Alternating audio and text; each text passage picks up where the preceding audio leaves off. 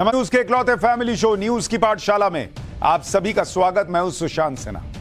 ये वो पाठशाला जहां सबकी क्लास लगती है। सबसे पहले आपको बता देता हूं कि आज पाठशाला में क्या क्या है और कौन कौन सी क्लास लेकर आया हूं। पीएम मोदी ने क्या बता दिया, विशेष सत्र में क्या होने वाला है, क्योंकि देश भर में चर्चा इसी बात को लेकर है कि मोदी सरकार करने क्या वाली है। मोदी कैबिनेट की मीटिंग में अंदर क्या चर्चा हुई, इसको लेकर क्या खबर बाहर आ रही है। महिला आरक्षण या ओबीसी आरक्षण, मोदी का गेम चेंजर प्लान क्या है, और अगर इन दोनों में से कुछ भी होता है तो उसका देश के लिए मतलब क्या है, आज आपको यह भी बताऊंगा। इंडी गठबंधन की नाव में केजरीवाल ही छेद कर रहे हैं क्या, आज आपको वो हिस्सा भी दिखाऊंगा जहां ऐसा लग रहा है कि नाव डूबने वाली है। इसके अलावा नोटबंदी के बाद आजम खान को 53 करोड़ रुपए का गिफ्ट किसने दिया। आजम खान खुद को मुर्गी और बकरी चोर क्यों बता रहे हैं। आजम खान की मुंहबोली बेटी एकता 15वीं मंजिल पर क्यों चढ़ गई। आजम खान के लिए अखिलेश का दर्द कितना असली और नकली, आज इसका चैप्टर भी लेकर आया। और फिर हवाई जहाज भूल जाइए, उड़ने वाली कार आ गई है। हवा में उड़ने वाली वो कार आपको दिखाऊंगा जिसे देख आपके तोते उड़ जाएंगे। आप तो बाद में उड़ेंगे, पहले आपके तोते उड़ेंगे। और आज से पाठशाला में एक नया चैप्टर, आखिर में सियासी किस्सा का। राजीव गांधी के कमरे में अचानक घुस आई वो महिला कौन थी, आज उसका किस्सा भी आपको सुनाऊंगा। लेकिन सबसे पहले पाठशाला में दिन भर की बड़ी खबरों का रिवीजन, उसके बाद पहला चैप्टर।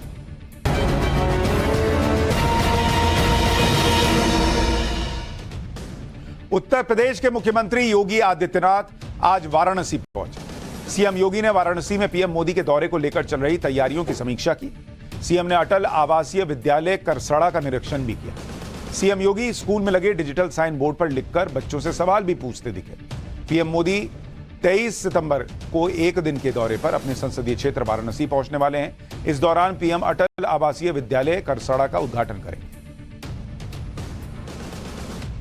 मनी लॉन्ड्रिंग के मामले में सोनिया गांधी के दामाद रॉबर्ट वाड्रा की अग्रिम जमानत को ईडी ने दिल्ली हाईकोर्ट में चुनौती दी है। ईडी का आरोप है कि वाड्रा ने जमानत की शर्तों का पालन नहीं किया। मामले की अगली सुनवाई 13 अक्टूबर को होगी। अप्रैल 2019 में रॉबर्ट वाड्रा को अग्रिम जमानत मिली। झारखंड के मुख्यमंत्री हेमंत सोरेन ईडी के समन मामले में सुप्रीम कोर्ट से उन्हें राहत नहीं मिली। सुप्रीम कोर्ट ने हेमंत सोरेन की याचिका पर सुनवाई से इनकार कर दिया और उन्हें ईडी के समन के खिलाफ हाईकोर्ट जाने के लिए कहा। दरअसल ईडी ने लैंड स्कैम से जुड़े केस में चौथी बार हेमंत सोरेन को समन भेजा है और उन्हें 23 सितंबर को पूछताछ के लिए रांची के ईडी दफ्तर बुलाया, जिसे हेमंत सोरेन ने सुप्रीम कोर्ट में चुनौती दी थी। मध्य प्रदेश में विधानसभा चुनाव से पहले कांग्रेस के थीम सॉन्ग पर सियासत गर्म हो गई है। कांग्रेस ने प्रचार अभियान के लिए चलो चला कांग्रेस के संग चलो थीम सॉन्ग लॉन्च किया, जिसे लेकर बीजेपी ने कांग्रेस को निशाने पर लिया और कांग्रेस पर पाकिस्तान के पूर्व पीएम इमरान खान की पार्टी का थीम सॉन्ग चुराने का आरोप लगाया। बीजेपी कह रही है कि कांग्रेस का पाकिस्तानी प्रेम सामने आ गया। का रिवीजन ऑफ पाठशाला की पहली क्लास, और इसमें प्रधानमंत्री नरेंद्र मोदी के उस सरप्राइज का चैप्टर, जिस सरप्राइज के चक्कर में पूरे देश का सिर चकराया हुआ है। किसी को समझ में नहीं आ रहा कि संसद के विशेष सत्र में पीएम मोदी क्या विशेष करने वाले हैं, लेकिन पीएम मोदी ने सुबह ही क्या हिंट दे दिया कि विशेष सत्र में क्या होने वाला है। मोदी कैबिनेट की मीटिंग में अंदर क्या चर्चा हुई, महिला आरक्षण या ओबीसी आरक्षण, मोदी का गेम चेंजर प्लान क्या है, सबसे पहले इसी का चैप्टर।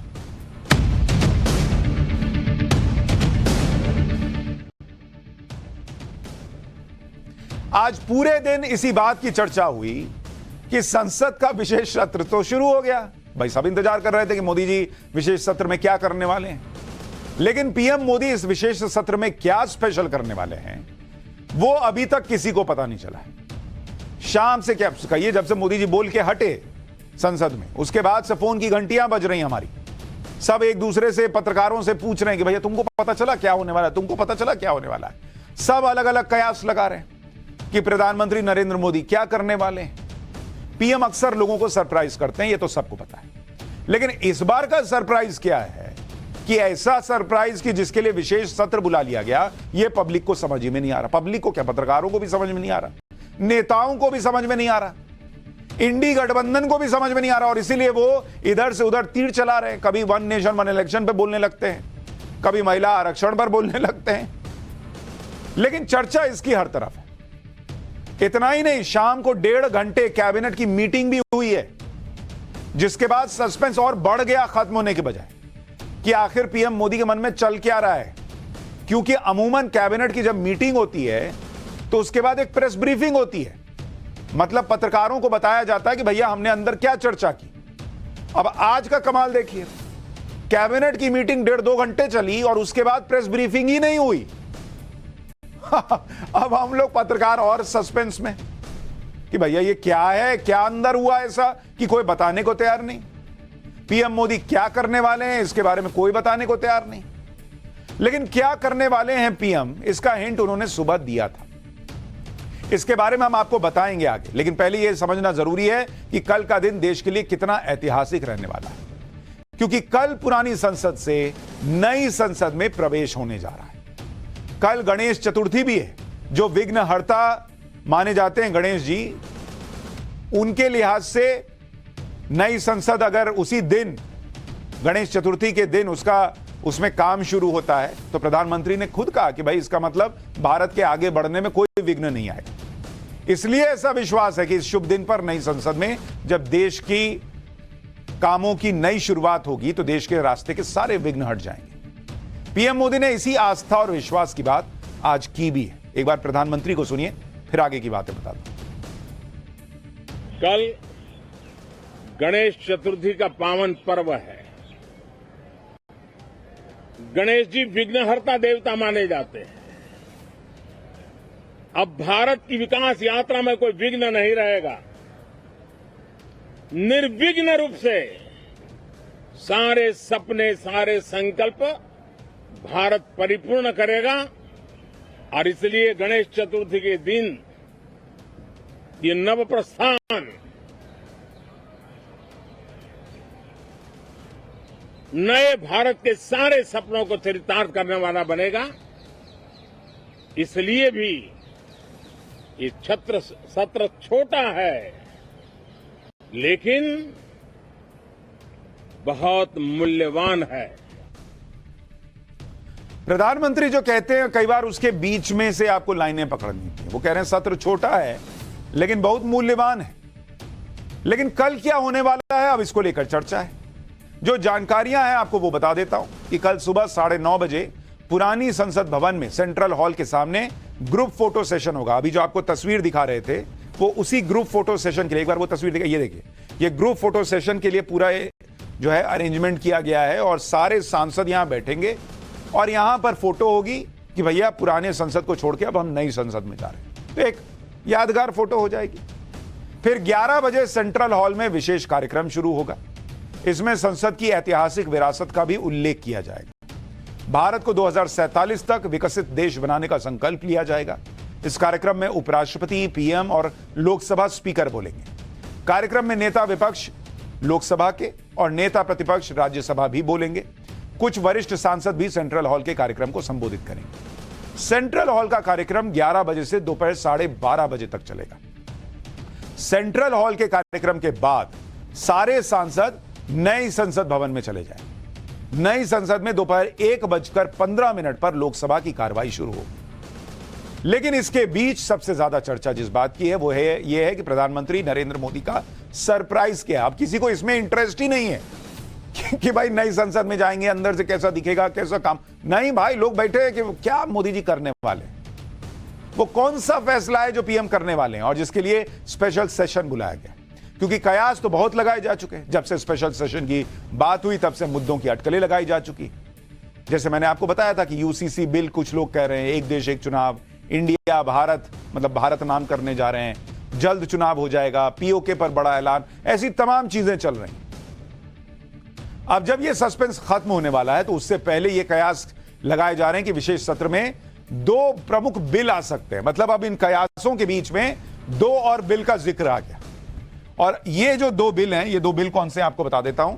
एक तो कहा जा रहा है कि हो सकता है सरकार महिला आरक्षण बिल लेकर आ जाए। और इसका मतलब क्या है अभी आपको समझाऊंगा कि अगर ये बिल आता है तो इससे फायदा क्या होगा देश का। नहीं आ पाया तो क्यों नहीं आ पाया, कांग्रेस पार्टी तो ये मान के चल रही है कि भाई महिला आरक्षण बिल आया तो उन्होंने तुरंत ट्वीट भी कर दिया। और दूसरा कहा जा रहा है कि हो सकता है ओबीसी आरक्षण बिल सरकार ले आए। अब ये अपने आप में दोनों ही बिल जो हैं वो बहुत बड़े गेम चेंजर साबित हो सकते हैं। इनमें से कौन सा आने जा रहा है अभी किसी को कंफर्म नहीं है, लेकिन ये कयास लगाए जा रहे हैं कि हो सकता है इनमें से कोई एक बिल आ जाए।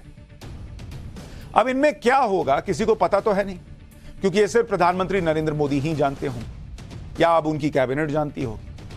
लेकिन जो भी होगा वो ऐतिहासिक होगा। इसकी बात प्रधानमंत्री नरेंद्र मोदी ने सुबह ही कर दी। सुनिए प्रधानमंत्री नरेंद्र मोदी के बयान का वो हिस्सा जिससे आपको शायद कुछ हिंट मिल जाए। कि सत्र छोटा है, लेकिन समय के हिसाब से ये बहुत बड़ा है। ऐतिहासिक निर्णयों का एक सत्र है। इसके लिए आने वाले जितने भी निर्णय होने वाले हैं वो इस नए संसद भवन में होने वाले हैं, और इसलिए अनेक प्रकार से महत्वपूर्ण ये सत्र है। मैं सभी आदरणीय सांसदों से आग्रह करता हूं कि छोटा सत्र है, ज्यादा से ज्यादा समय उनका मिले, उमंग और उत्साह के वातावरण में मिले। रोने धोने के लिए बहुत समय होता है, करते रहिए।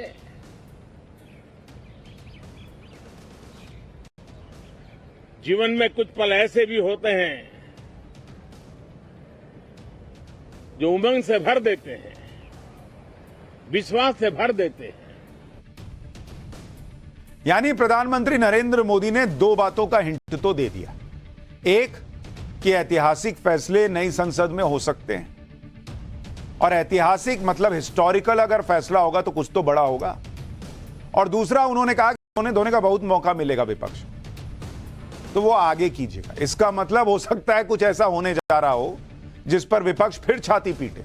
तो नरेंद्र मोदी ने पहले ही दिल मजबूत करने के लिए कह दिया है कि थोड़ा दिल मजबूत करके रखिएगा और जो रोना धोना करना होगा वो बाहर बाद में कीजिए।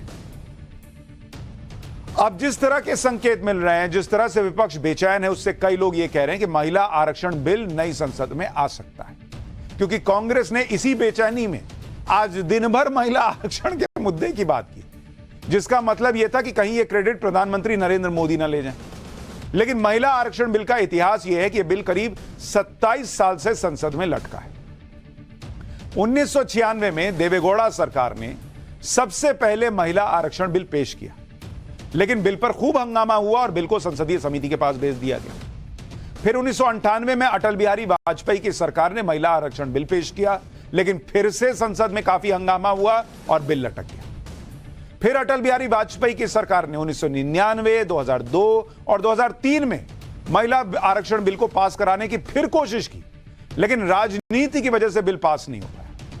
2004 के चुनाव से ठीक पहले वाजपेयी सरकार ने कांग्रेस पर बिल को पास ना होने देने का आरोप लगाया और यह कहा कि सत्ता में आने के बाद वो फिर से इस बिल को पेश करें, लेकिन वो सत्ता में नहीं आए 2004 में। इसके बाद 2004 में जब यूपीए की सरकार सत्ता में आई तो उन्होंने महिला आरक्षण बिल लाने का वादा किया। साल 2008 में यूपीए सरकार ने महिला आरक्षण बिल को सीधे राज्यसभा में पेश कर दिया, जिससे बिल को फिर से लाने की जरूरत ना पड़े, क्योंकि अगर राज्यसभा में बिल आता है तो मतलब यह है कि बिल को दोबारा नहीं लाना पड़ेगा अगर वो राज्यसभा से पास हो गए, यानी विधेयक समाप्त नहीं होते। लेकिन 2008 में राज्यसभा में महिला आरक्षण बिल पेश होने के बाद इस बिल को स्टैंडिंग कमेटी में भेज दिया गया।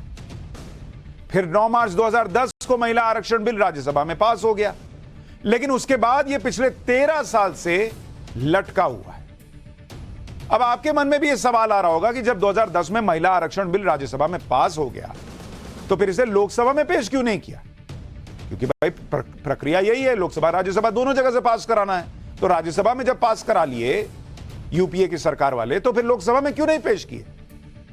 जो लोग आज पहले ही बिना ये जाने कि महिला आरक्षण बिल आ रहा है या नहीं आ रहा है, पहले ही ट्विटर पर कांग्रेस पार्टी क्रेडिट लेने लग गई, जरा उनका इतिहास भी सुनिए।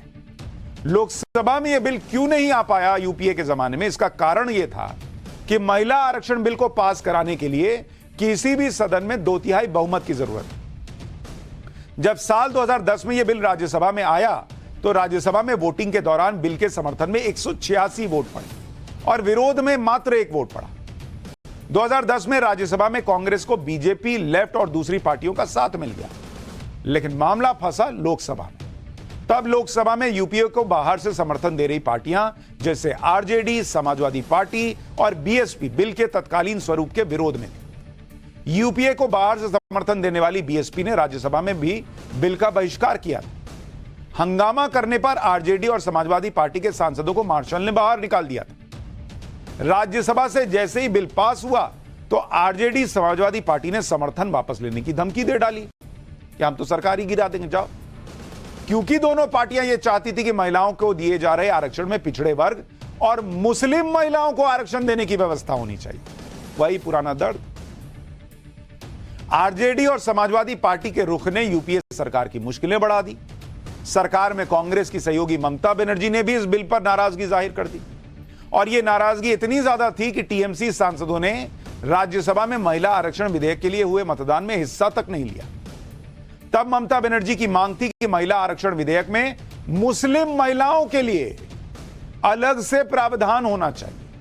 यानी आरजेडी, सपा और ममता बनर्जी की पार्टी ये सब कमोबेश एक पेज पर थे कि भैया महिला आरक्षण लाना है तो लाओ, लेकिन मुस्लिम महिलाओं को अलग से उसमें प्रावधान दो। 2010 में टीएमसी के 19 सांसद हुआ करते थे, इसलिए यूपीए सरकार लोकसभा में इस बिल को लाने का रिस्क नहीं ले सकी। और अगर मैं आपको यूपीए सरकार महिला आरक्षण बिल लोकसभा में क्यों नहीं ला पाई, इसको उस वक्त के आंकड़ों के हिसाब से समझाऊंगा तो आपको क्लियरली समझ आ जाएगा कि ये लोग जो आज महिला आरक्षण बिल आए बिना उसका क्रेडिट ले रहे हैं, वो सरकार बचाने पर कितना फोकस कर रहे थे। अगर आप देखेंगे कि यूपीए प्लस जो सपोर्ट उनके पास था वो मिलाकर उनके पास आंकड़ा बैठता था 320 सांसद था, 320 सांसद। और इसमें जो सहयोगी सांसद थे, वो सहयोगी सांसद किस किस पार्टी के कितने थे?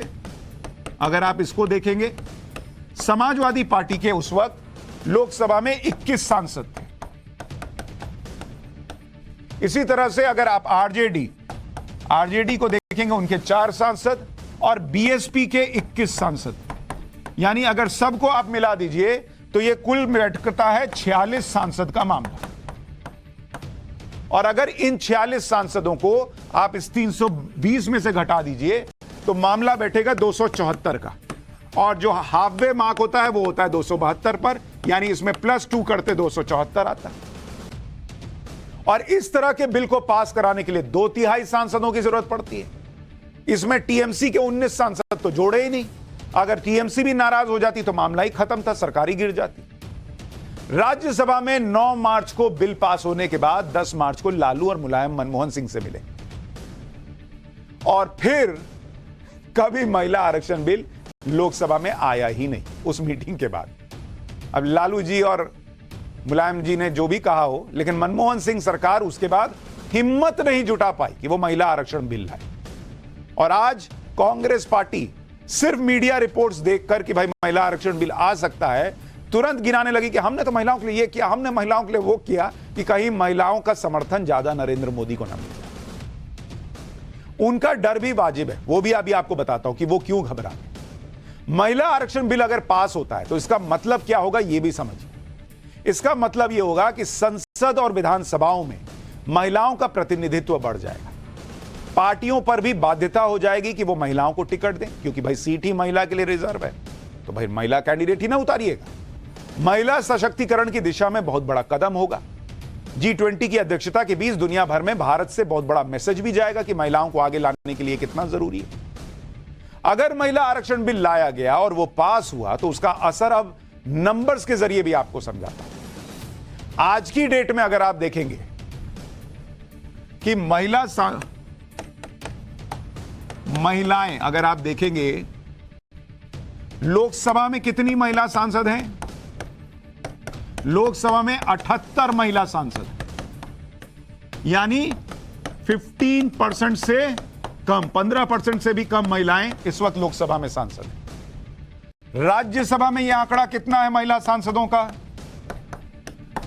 24 सांसद, जो कि करीब करीब 14% बैठता है, करीब 14% महिलाएं राज्यसभा में।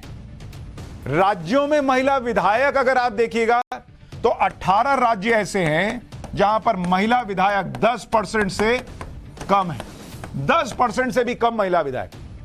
बिल पास होने के बाद क्या होगा कि हर जगह, अगर आप लोकसभा हैं तो भी और विधानसभा हैं तो भी 33% सीट आरक्षित हो जाएगी कि इतनी तो महिलाएं आएंगी ही आएंगी चुनकर। अब इसका सियासी असर क्या होगा भाई, वो भी तो आपको देखना होगा। क्यों कांग्रेस पार्टी इतना हड़बड़ा गई कि नहीं नहीं हम महिलाओं के लिए सब कुछ करते हैं, हम महिलाओं के लिए सब कुछ करते हैं, वो आपको समझना है तो आपको एक और कैलकुलेशन समझना होगा कि भाई क्यों इतनी ज्यादा हड़बड़ मच गई। देश में कुल महिला वोटर कितनी है? देश में कुल महिला वोटर जो हैं वो 48% के करीब। और 2019 का अगर आप देखेंगे, 2009 का चुनाव देखेंगे, 2009 में क्या हुआ था, ये जो महिला वोटर हैं इन्होंने किसको वोट दिया? इन महिला वोटर्स में से बीजेपी को 21% महिलाओं ने वोट दिया और कांग्रेस को 29% महिलाओं ने वोट दिया, 29%। अब यहां से आपको खेल समझ में आएगा कि क्यों कांग्रेस पार्टी हड़बड़ा गई कि महिलाएं जो हैं वो और नरेंद्र मोदी और बीजेपी की तरफ ना चले जाएं। जब 2014 का चुनाव आया तो जो महिला वोटर थे, जो बीजेपी को 21% वोट कर रही थी, वो बढ़कर 28% हो गई और जो महिलाएं कांग्रेस को वोट करती थी वो 29% से घटकर 19% हो गई। अब आप देख लीजिए नरेंद्र मोदी का इंपैक्ट महिला वोटर पर, सीधा 7% का जंप है और इधर 10% का नुकसान है। फिर आया 2019 का चुनाव। अब आप देखिए महिलाएं किसके लिए ज्यादा सोच रही थी। बीजेपी का वोट शेयर बढ़कर महिलाओं का 36% महिलाओं ने सीधा नरेंद्र मोदी के लिए वोट कर दिया। कहां 21% पे थे और कहां 36% पे पहुंच गए। और कांग्रेस जो है वो वहीं 20% पर अटकी रहे। अब कांग्रेस की चिंता यह है कि अगर महिला आरक्षण बिल आ गया और ये 36% से उठकर 50% के करीब चला गया तो फिर हम क्या करेंगे, कहां से लाएंगे वोट? महिला वोटर्स ने पीएम मोदी पर भरोसा इसलिए जताया क्योंकि वो लगातार महिला वोटर्स के मुद्दे पर काम कर रहे हैं। जैसे हाल का ही बताओ, सिलेंडर 200 रुपए सस्ता किया, गरीब महिलाओं के लिए सिलेंडर 400 रुपए सस्ता किया। उज्ज्वला योजना के तहत 75 लाख नए कनेक्शन देने का ऐलान हो चुका है। उज्ज्वला योजना की वजह से महिलाओं को चूल्हे पर अब खाना नहीं बनाना पड़ रहा, जिससे स्वास्थ्य संबंधी समस्याएं कम हुई। स्वास्थ्य मंत्रालय के मुताबिक गैस सिलेंडर का इस्तेमाल करने वाली 55% महिलाओं ने माना कि सांस में जो बीमारियां हो रही थी वो अब कम हो गई। इतना ही नहीं, जनधन योजना में खाते खोले गए, उसमें से 56% महिलाओं के बैंक के खाते जिनको कोरोना काल में डायरेक्ट पैसा पहुंचा था। साल 2014 से हायर एजुकेशन में महिलाओं का एनरोलमेंट 28% बढ़ गया। पीएम आवास योजना के तहत जो घर बन रहे हैं उसमें से 69% घर महिलाओं के नाम पर।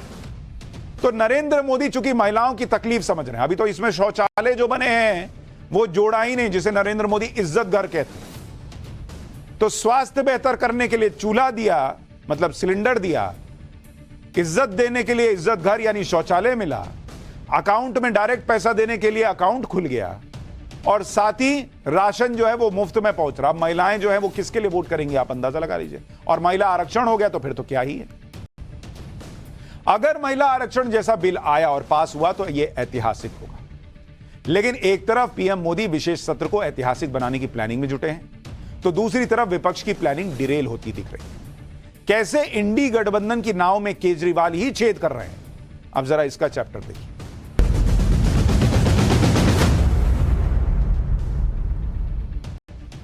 जो विपक्ष नरेंद्र मोदी से लड़ने के लिए एकजुट होने के बड़े बड़े दावे कर रहा था वो अब धीरे धीरे खुद एक्सपोज हो रहा है। विपक्ष के बीच विरोधाभास और टकराव बढ़ता चला जा रहा है और इसका एक उदाहरण केजरीवाल और कांग्रेस का है। केजरीवाल और कांग्रेस एक दूसरे के सियासी दुश्मन हैं, लेकिन नरेंद्र मोदी से लड़ने के नाम पर दोनों इकट्ठा हो गए इंडी गठबंधन में। लेकिन इस मजबूरी में भी उनकी आपसी दुश्मनी बाहर आती रहती है। केजरीवाल विपक्षी गठबंधन की नाव में ऐसा लग रहा है खुद ही छेद करने में जुटे हुए हैं और उधर कांग्रेस की मजबूरी यह है कि केजरीवाल को साथ जोड़कर चले। इसलिए आप देखिए कि केजरीवाल मध्य प्रदेश, छत्तीसगढ़ जाकर कांग्रेस को लुटेरा बता रहे हैं। भाई इधर साथ में फोटो खिंचवा रहे हैं, इंडी गठबंधन में दोस्त दोस्त खेल रहे हैं और उधर जाकर कांग्रेस को लुटेरा बता रहे हैं। संसद के अंदर कांग्रेस के अध्यक्ष मल्लिकार्जुन खड़गे आम आदमी पार्टी के सांसदों के पक्ष में बैटिंग कर रहे हैं। सुनिए, आम आदमी पार्टी के 2 निलंबित सांसद संजय सिंह और राघव चड्ढा का निलंबन वापस लेने के लिए खड़गे किस तरह से राज्यसभा के सभापति से हाथ जोड़ने लग गए। और फिर केजरीवाल क्या कह रहे हैं कांग्रेस के लिए वो भी सुनवाऊंगा। वो हमारे संजय सिंह को और चड्ढा को कम से कम हाउस में लाए, नहीं तो दो मेंबर को बाहर, सर 2 मेंबर को बाहर रख के अगर पहला दिन इम्पोर्टेंट दिन स्पेशल सेशन हाँ अमृतकाल नहीं, अमृतकाल तो कहो, मेरे लिए विषकाल तो कहो, लेकिन मैं आपसे यही विनती करता हूँ, बाहर मेंबर्स को रख के नहीं होता, ठीक नहीं लगता। तो आप जरा कृपया ध्यान से आप करेंगे और बड़ा दिल दिखाइए, गुस्सा कम कर दीजिए। यानी मल्लिकार्जुन खड़गे खड़े होकर संजय सिंह, राघव चड्ढा, आम आदमी पार्टी के सांसदों के लिए निवेदन कर रहे हैं कि भाई पहला दिन है नई संसद का, इनको ले आइए। लेकिन इन बातों से केजरीवाल जी को कोई फर्क पड़ रहा है क्या? आप देखिए मध्य प्रदेश और छत्तीसगढ़ में केजरीवाल जी कांग्रेस को काटने में पूरी ताकत से जुटे हुए हैं। एमपी और छत्तीसगढ़ में चुनाव होने वाले हैं और वहां पर कांग्रेस और बीजेपी की सीधी फाइट है। ऐसे में अगर केजरीवाल वहां पर पूरी ताकत से चुनाव लड़ रहे हैं तो सीधे तौर पर वो कांग्रेस का ही ना वोट काटेंगे भाई, और किसका काटेंगे? वो भी तो कह रहे हैं कि बीजेपी को हटाओ मध्य प्रदेश के अंदर, जैसा कि गुजरात में उन्होंने किया था। सुनिए एमपी और छत्तीसगढ़ जाकर केजरीवाल कैसे पानी पी पी कर कांग्रेस को कोस रहे हैं, सुनिए एक बार। पिछले 75 साल में एक पार्टी नहीं आई जिसने कहा मैं आपके बच्चों के लिए स्कूल बनवा दूंगा, मेरे को वोट दे दो। एक पार्टी नहीं आई जिसने कहा मैं आपके लिए अस्पताल बना दूंगा, मेरे को वोट दे दो। किसी पार्टी में हिम्मत नहीं है स्कूल बनाने की, इनकी नीयत खराब है। अगर यही लोग स्कूल अस्पताल बना देते तो मेरे को आम आदमी पार्टी क्यों चालू करनी पड़ती? हमें क्या जरूरत थी आम आदमी पार्टी बनाने की? भ्रष्टाचार खत्म करेंगे। एक एक पैसा छत्तीसगढ़ का जो ये लूट के ले गए हैं, इनसे सारा पैसा वापस लेंगे और एक एक पैसा छत्तीसगढ़ के लोगों के विकास के ऊपर खर्च होगा। दूसरी बात, आप जब पटवारी के पास काम कराने जाते हो, दफ्तर में काम, पैसे मांगते हैं कि नहीं मांगते? ये रिश्वतखोरी बंद करेंगे। कोई सरकार, आदिवासी समाज जंगलों में रहता है और सारे इन बड़े बड़े नेताओं की, उद्योगपतियों की नजर, गंदी नजर आपके जल, जंगल और जमीन पे रहती है। यानी केजरीवाल तो गठबंधन को ही एक्सपोज कर रहे हैं और ऐसा लग रहा है कि वो साथ तो कभी आ ही नहीं सकते। भाई मध्य प्रदेश में, छत्तीसगढ़ में आप कांग्रेस को कोस रहे हो, वहां जाकर कह रहे हो कि भाई ये लोग गारंटी की बात करते हैं, इनकी कोई गारंटी नहीं है, गारंटी सिर्फ केजरीवाल देता है, बाकी सब जो है फर्जी बातें करते हैं। तो पब्लिक फिर लोकसभा में क्यों कांग्रेस पार्टी को वोट करेगी, जब आप खुद ही कह रहे हो कि भाई वो तो किसी को गारंटी पूरी नहीं करते, भ्रष्टाचार करते। विपक्षी गठबंधन खुद को भी एक्सपोज कर रहा है, क्योंकि पहले कहा गया कि गठबंधन की साझा रैलियां होंगी और पहली रैली भोपाल में की जाएगी। ये बात मीटिंग करके, बाकायदा प्रेस रिलीज जारी करके कही गई। लेकिन अचानक मध्य प्रदेश में कांग्रेस नेता कमलनाथ ने कह दिया कि भोपाल में गठबंधन की कोई रैली नहीं होने वाली। सुनिए कमलनाथ को। सर, इंडिया ब्लॉक की यहाँ पे रैली होने वाली है और इंडिया एंड नहीं होने वाली, सर नहीं, ये कैंसिल हो गई। सर, इंडिया ब्लॉक की यहाँ पे रैली होने वाली है और इंडिया एंड नहीं होने वाली, सर नहीं, ये कैंसिल हो गई। अब बताइए, दो ही काम तो बैठ के कर पाए थे, एक पत्रकारों की लिस्ट बनाना कि इनको बॉयकॉट करना है और दूसरा साझा रैली करना। तो जो अपने लिए एक ढंग का काम कर पाए थे वो भी अब नहीं हो रही, रैली भी नहीं हो रही। 13 सितंबर को ही विपक्षी गठबंधन की कोऑर्डिनेशन कमेटी की पहली बैठक में फैसला हुआ था कि भोपाल में अक्टूबर के पहले हफ्ते में विपक्ष साझा रैली करेगा। लेकिन अचानक कमलनाथ ने कह दिया कि रैली तो कैंसिल हो गई और इसकी वजह भी नहीं बताई। कांग्रेस की तरफ से रणदीप सुरजेवाला ने कहा कि रैली भोपाल में होगी या कहीं और, इसे लेकर अभी फैसला नहीं हुआ है। पार्टी चीफ ने इस पर फैसला नहीं लिया है। सुरजेवाला ने कहा कि जैसे ही रैली स्थल फाइनल होगा जानकारी दे दी जाएगी।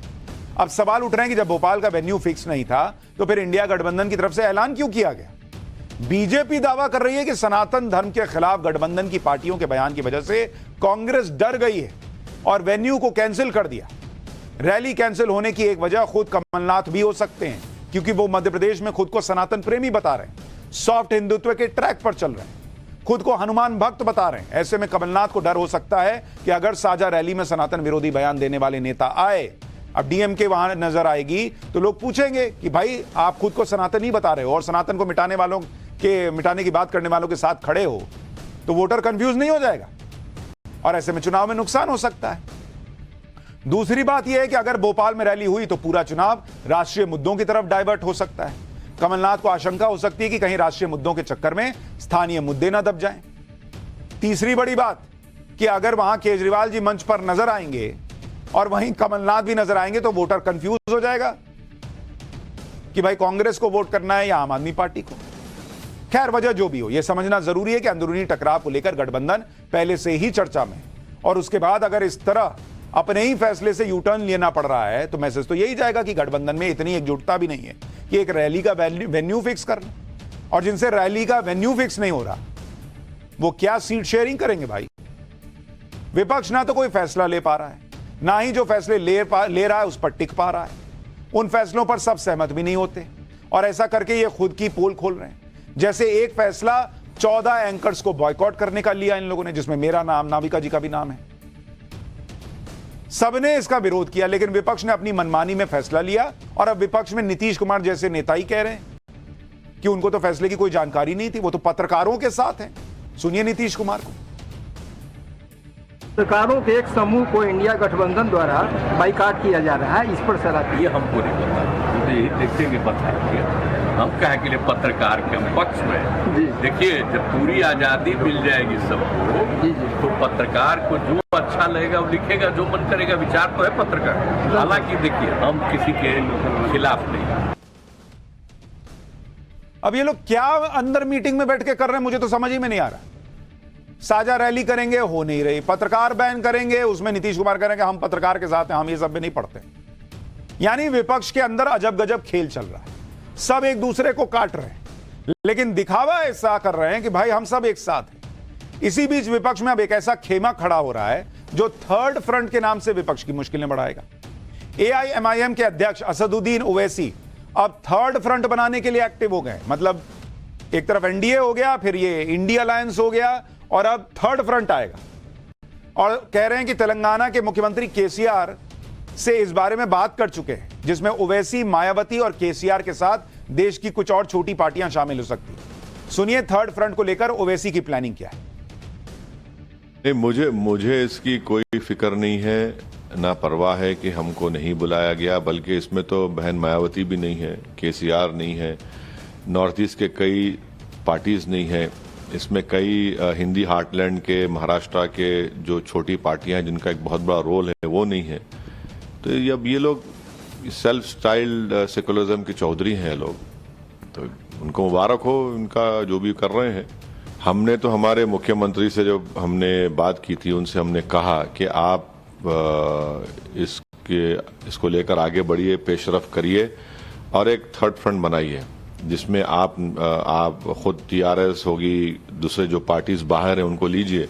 ये एक बहुत बड़ा पॉलिटिकल वैक्यूम इस देश में भी है और मैं समझता हूं कि उस पॉलिटिकल वैक्यूम को अगर केसीआर लीड लेंगे उसको वो फुलफिल कर सकेंगे, फिल कर सकेंगे।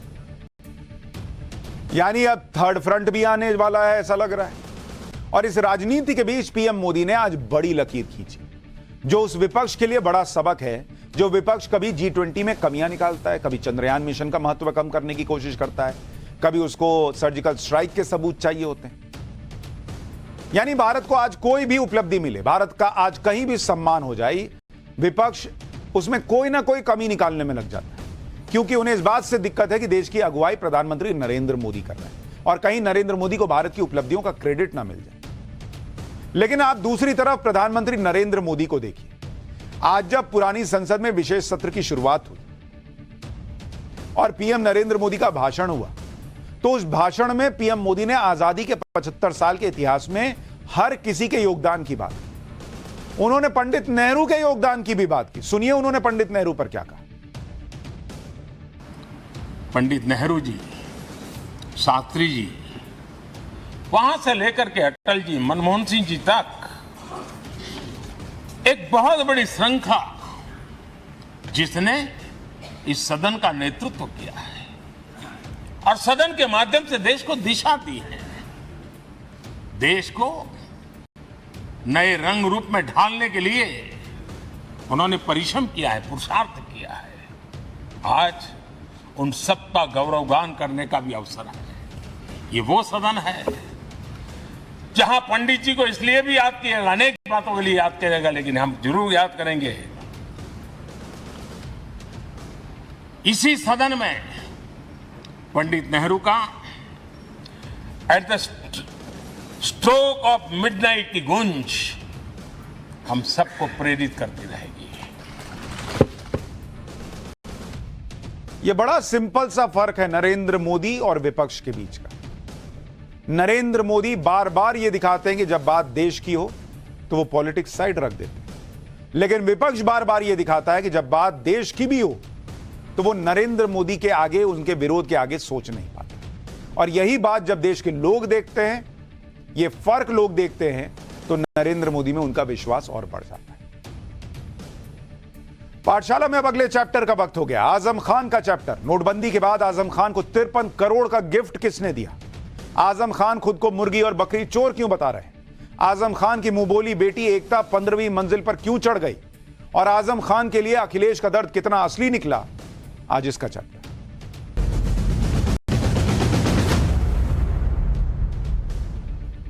समाजवादी पार्टी के नेता आजम खान के ठिकानों पर पिछले दिनों आयकर विभाग की छापेमारी हुई थी। रामपुर में आजम खान के घर पर आयकर विभाग की टीम पूछताछ और जांच के लिए गई। इसी दौरान गाजियाबाद में आजम खान की मुंहबोली बेटी एकता कौशिक के घर पर भी आयकर विभाग ने छापा मारा। आजम खान पर कई आरोप हैं और उनके बारे में आपको विस्तार से बताऊंगा, लेकिन पहले यह देखिए कि आयकर विभाग के लिए एकता कौशिक कितनी इंपॉर्टेंट हो गई। आजम खान के घर पर 60 घंटे तक छापेमारी, 60 घंटे। और एकता कौशिक, जो आजम खान की मुंहबोली बेटी बताई जा रही है, उसके घर पर 60 घंटे से भी ज्यादा 68 घंटे छापेमारी चली है। यानी आजम खान से ज्यादा छापेमारी एकता कौशिक के घर पर चली। आजम खान मीडिया के सामने आकर बयान दे रहे हैं, छापेमारी के बाद एकता कौशिक का कुछ पता नहीं। आयकर विभाग ने आजम खान के मुकाबले एकता कौशिक के घर पर 8 घंटे ज्यादा छापेमारी की और जांच की।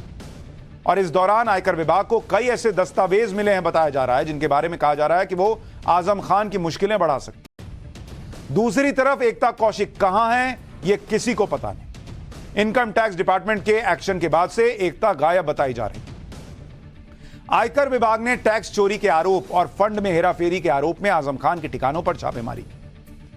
आरोप है कि आजम खान ने अल जौहर ट्रस्ट के जरिए 800 करोड़ रुपए की टैक्स चोरी की है। जौहर यूनिवर्सिटी के निर्माण में भी करोड़ों रुपए की हेराफेरी का आरोप। आजम खान के मुताबिक जौहर यूनिवर्सिटी बनाने में 45 करोड़ रुपए खर्च हुए। आयकर विभाग को जौहर यूनिवर्सिटी पर 5000 करोड़ रुपए खर्च होने का शक है। जौहर यूनिवर्सिटी के कर्मचारियों को सैलरी के नाम पर भी मनमानी की गई।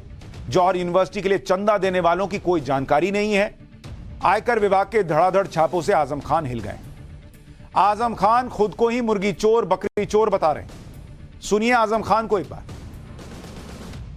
अब ये तो बहुत बड़े नेताओं की बातें हैं, मेरा तो बहुत छोटा सा इस तरह है। मुर्गी चोर हूँ और चोर नहीं हूँ। चोर मुर्गी का हूँ, बकरी का हूँ, भैंस का हूँ, लेकिन दफाएं डकैती की लगी हैं। और आपको हैरत होगी, एक मुकदमा ऐसा है, जब मैं चौथी बार मिनिस्टर था, सिक्योरिटी में था, मेरी पत्नी एसोसिएट प्रोफेसर थी, हम दोनों ने मिलकर एक शराब की दुकान लूटी थी और 16,900 रुपया उसके गले से लूटा था। एक ऐसे व्यक्ति से आप बात करने आए हैं, ये मेरा सौभाग्य है। आजम खान के तनाव का लेवल देखिए। वो खुद को मुर्गी चोर, बकरी चोर बता रहे हैं। कह रहे हैं कि मैं तो मुर्गी चोर, बकरी चोर हूं भाई, मुझ पर डकैती का आरोप लग रहा है। लेकिन आजम खान की इन बातों के बीच सबसे ज्यादा चर्चा इस बात की है कि आजम खान की मुंहबोली बेटी एकता कौशिक कहां गायब हो गई। गाजियाबाद के राजनगर में रहने वाली एकता कौशिक को आजम खान अपनी बेटी मानते हैं। आजम परिवार और एकता कौशिक के बहुत गहरे संबंध हैं। इनकम टैक्स डिपार्टमेंट को लगता है कि आजम खान टैक्स चोरी के मामले में एकता कौशिक एक अहम कड़ी साबित हो सकती है। इसलिए एकता कौशिक के घर पर 8 घंटे से ज्यादा रेड चली। लेकिन आयकर विभाग की छापेमारी के बाद से ही एकता कौशिक का कुछ पता नहीं चल रहा। छापेमारी के बाद से एकता कहा जा रहा है कि अंडरग्राउंड हो गई। एकता कौशिक कहां गई किसी को पता नहीं। एकता के राजनगर वाले घर पर भी ताला लग गया है। एकता कौशिक किसी का फोन भी नहीं रिसीव कर रहे। सूत्र कह रहे हैं कि वो सवालों से बचने के लिए ठिकाना भी बदल रही है। आप देखिए कि कल ही आजम खान गाजियाबाद आए थे, किसान नेताओं से मुलाकात की थी, लेकिन आजम खान ने एकता कौशिक से मुलाकात नहीं की। आजम खान चाहते तो एकता से मिल सकते थे, लेकिन आजम राजनगर नहीं गए। एकता कौशिक के सवाल पर आजम खान ने क्या कहा वो भी सुनिए।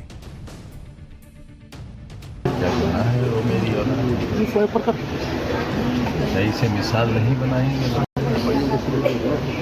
जब मेरी बीवी बीमार थी गंगाराम और उनके आर्टिफिशियल कमर करना, क्योंकि मेरी कोई अपनी बेटी नहीं है, सब जो सेवा उससे तो मेरी 4 बेटियां होती। आजम खान कह रहे हैं कि भाई मेरी मुंहबोली बेटी है एकता कौशिक, हमारा ख्याल रखती थी। एकता कौशिक की अभी तक सिर्फ तस्वीरें ही सामने आई, लेकिन आज हम आपको एकता कौशिक का एक एक्सक्लूसिव वीडियो भी दिखाने जा रहे हैं। इस वीडियो में एकता कौशिक रामपुर में जौहर यूनिवर्सिटी कैंप में एक मीनार पर खड़ी और वहां से यूनिवर्सिटी के बारे में बताते हुए कह रही हैं कि आजम खान पर जो भी आरोप लगे हैं वो गलत हैं, बेबुनियाद हैं। एकता कौशिक का ये एक्सक्लूसिव वीडियो देखिए और सुनिए वो क्या कह रही हैं।